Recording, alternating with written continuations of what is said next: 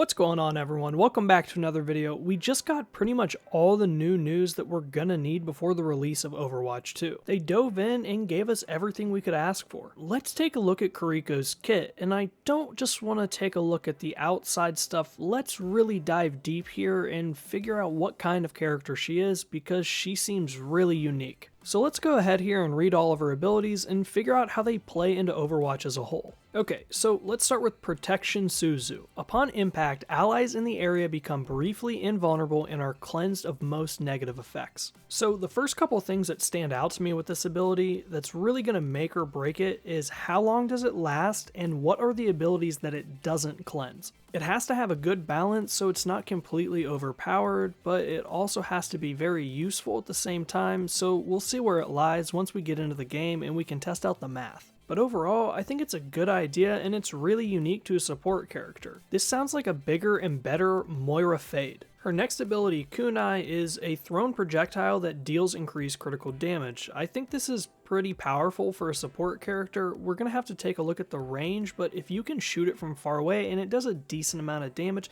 she could be a really good sniper from afar. If you take a look at this part of her introduction video, then you can see that she's throwing more than one kunai in succession. And with every blow dealing increased critical damage, she could be very powerful at medium to close range. And then pretty much throughout this entire intro video for her, they have her teleporting all over the place, and that's what the next ability is. Swift Step. Directly teleport to an ally even through walls. This is another huge ability that really takes a different route than abilities that we've seen attached to heroes in the past. In one of my most recent videos, we kind of touched on this when we did a deep dive in the trailer. We found out that through her character introduction video, they actually have her teleporting with an animation, so it might not be instant, which is something that I think she really needs, because if she's able to just teleport away through walls to an ally instantly, that means that she can save people instantly and she can escape people instantly. I could see this being a huge issue, especially if you're trying to take her down, because she's a healer. If you can't kill the healer on the other team because her abilities are too overpowered, it's going to present a huge issue. So this is the first really beneficial thing that I could see negate some of her power behind an ability. If she has an animation wind up before she teleports, it could give us a good opportunity to take her down before she's able to disappear. Okay, moving on to her primary healing ability, Healing Afuda. Channel a burst of healing talismans that can seek targeted allies.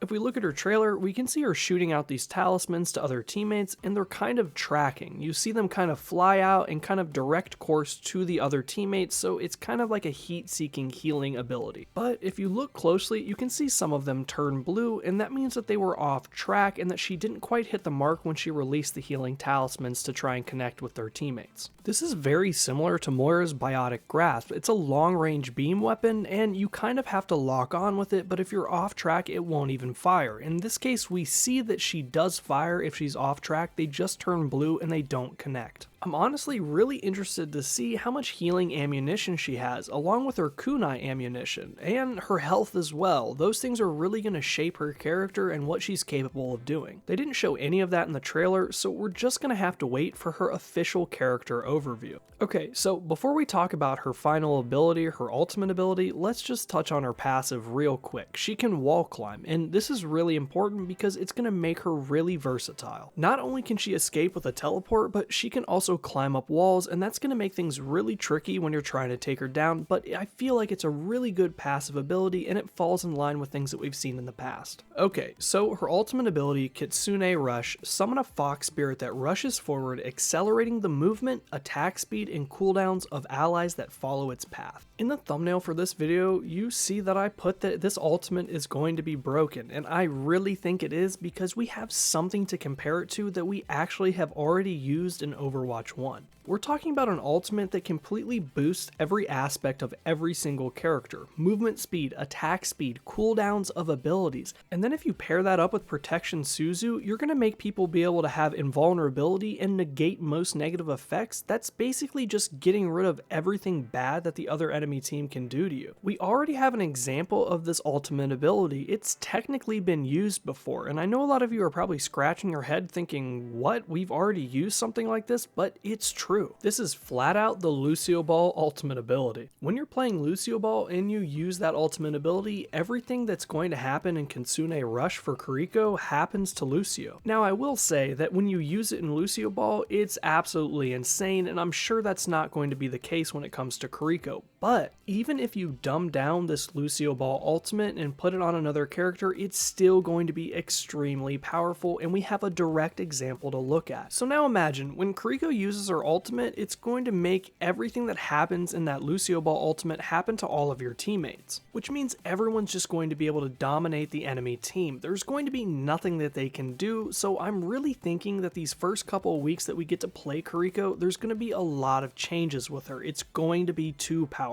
It really depends on the math though. If your movement speed is too quick, it'll look like how Lucio Ball is. The other teammates in Lucio Ball can't even touch you when you're using your ultimate, so hopefully that's not the way it is with this ultimate for Kiriko, because it would break the game. The good news is that the developers have a lot of play here, because her ultimate is all based off of math. They can change the movement speed, they can change the attack speed and the cooldowns of allies. They can pretty much do anything that they want to make her balanced in the end. But we're just gonna have to wait and see on launch. What do you guys think? Put your comments down below and let's talk about it, because there really is a lot to go over here when it comes to Kiriko's kit. I hope you guys enjoyed this breakdown video. If you did, don't forget to like and subscribe. It really helps out the channel. Thank you guys so much. I'll catch you on the next one. Flash out.